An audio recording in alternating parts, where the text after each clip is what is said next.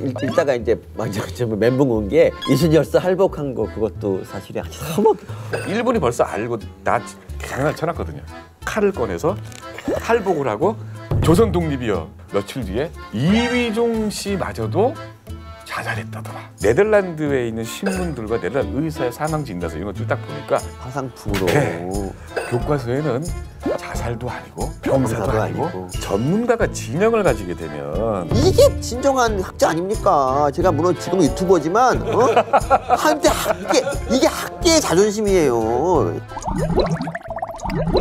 이것도 좀 얘기해 주세요. 이 베트남 호지민이 정약용이 쓴 몽인심서를 읽었다. 이런 이제 얘기가 저도 진짜인 줄 알았는데 이것도 거짓말인 거예요? 그 2000 몇 년 들어 17년인가 당시 대통령 문재인 대통령이 베트남에서 경주 관광문화 엑스포라는 게 있었거든요. 행사가 베트남에서 열렸는데 그때 영상 메시지를 던졌습니다. 영상 메시지를 뭐라고 했냐면 베트남 국민들이 가장 존경하는 호찌민 주석의 애독서가 조선시대 유학자 정약용 선생이 쓴 몽민심서라는 것은 널리 알려진 사실입니다. 대통령이 이렇게 가짜뉴스를 좀 심각한데. 그런데 그럴듯해요. 모든 가짜뉴스는 그럴듯합니다. 왜냐하면 베트남도 한자 문화권이고 그리고 호치민도 학자였거든요. 그러니까 한자를 읽을 줄 알고 그러니까 다 연배가 비슷하고 몇십 년 차이가 안 나니까 그러겠지. 또 호치민도 검약을 늘 실천에 옮겼던 사람이고. 그런데 이게 사실은 뭐냐 하면 박성무 선생이라고 아십니까? 다산연구소라는 압니다. 다산 정약용의 사상을 대중화하는 데 지대한 공헌을 한 분입니다. 그런데 국회의원도 했었던 분이고 그런데 이 양반이 90년대 초에 신문에 컬럼을 써요.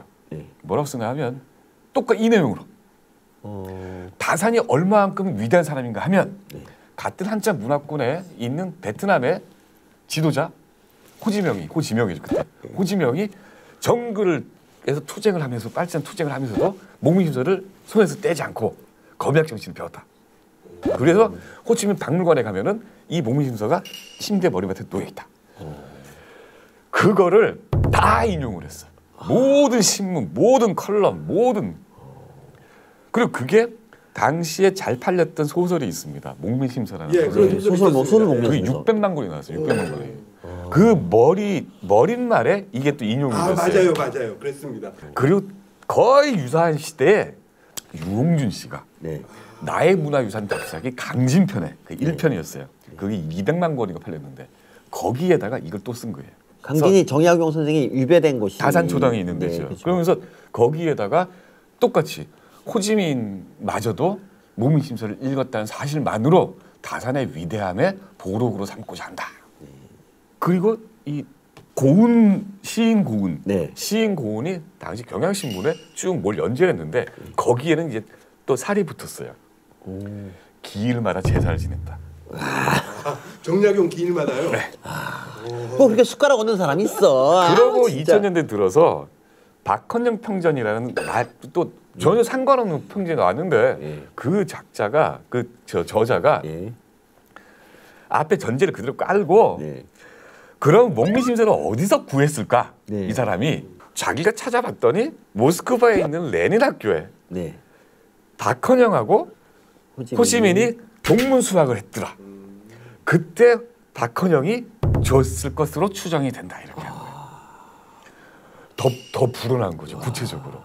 근데 지금 제가 5분 동안 장황하게 말씀드린 이 모든 것들이 다산하고 정약용하고 호치민 요 8자 빼고는 다 가짜예요.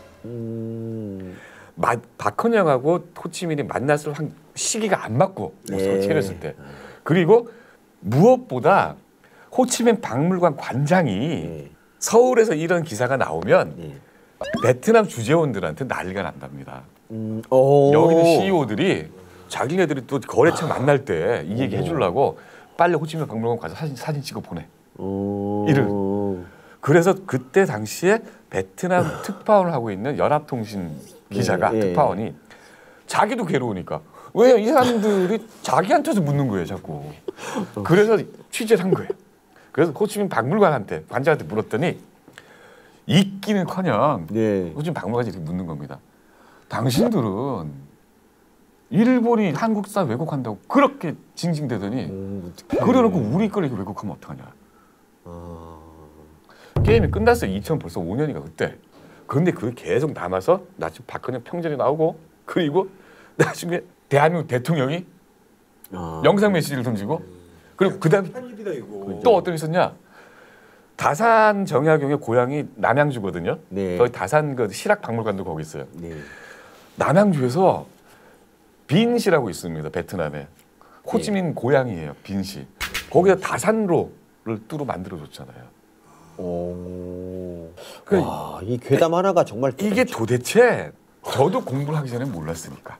어마어마하네요. 이거. 와. 그러니까 괴담이 만들어지는 경로가 하나는 반일을 이용한 경로가 하나 있고 또 하나는 국뽕을 이용한 경로가 있죠. 그렇죠. 그러니까 그게 이제 많이 이렇게 회자되고 이렇게 사람들이 믿는 이유가 예. 이게 진짜면 좋겠다는 마음이 있었던 거죠. 그렇죠. 예, 예. 진짜. 그 정말 그냥 밑도 끝도 없는 거짓말인 거예요?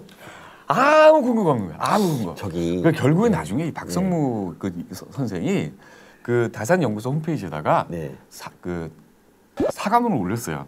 사과문을 올렸는데 내가 사실은 어떤 신문에 특파원이 쓴 컬럼을 실내라고 읽으면서 썼는데 특파원한테 물어봤더니 자기도 어디 버스 갔는데 기억을 못 하고 있더라. 좀 비겁하죠. 예, 좀 그러네요. 그러니까 인용했더라도 자기가 어느 책임을 져야죠. 그거는. 그렇죠. 네. 아 이게 그러니까 제가 특히나 이 다산 정약용과 농민시소 괴담의 실체를 확인을 하고 내 정신세계, 내 갉아먹힌 정신세계는 어디서 보상을 받나?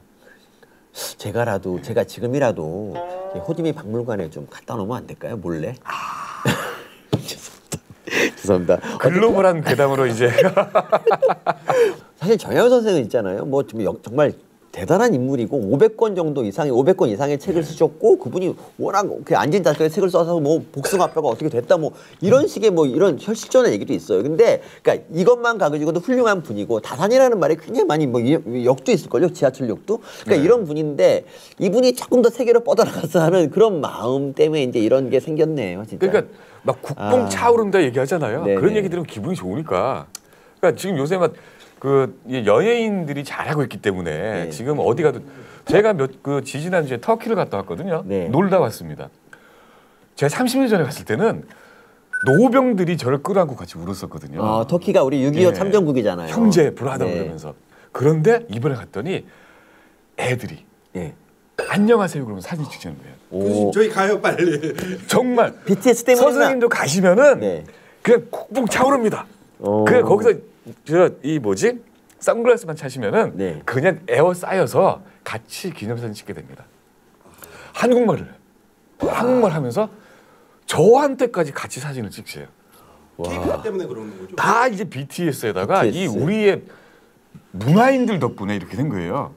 그러니까 굳이 정약용 선생을 거짓말까지 해서 이렇게 그럴 하지 이유가 않아도 없어진 겁니다. 우리는 예. 충분히 위대한 나라고 예. 위대한 사람들이 나오고 있다는 그런 말씀. 그렇죠. 근데 문재인 대통령 완전 외교 참사네요. 그건 좀 외교 참사네. 진짜 이거 그러니까 이걸로 글 하나 써야겠다. 그때 그 문재인 대통령 그 참모였던 홍보 참모 박현민 책임으로 해야 돼요. 그건. 영국 장내 문화에 해박한 지식을 가지고 그렇죠. 있는 예. 닥현민. 예. 박명록은 꼭 오른쪽에 써야 되는 그런 닥현민이 이 책임져야 되네요. 예, 그 블랙베일인가요? 그거는 예. 왕정만 써야 된다 그러고 왕정만 써야 된다. 다 그게 누가 옆에서 체크를 안 해주면은 괴담이 되고 가짜 뉴스가 진짜가 되는 거죠.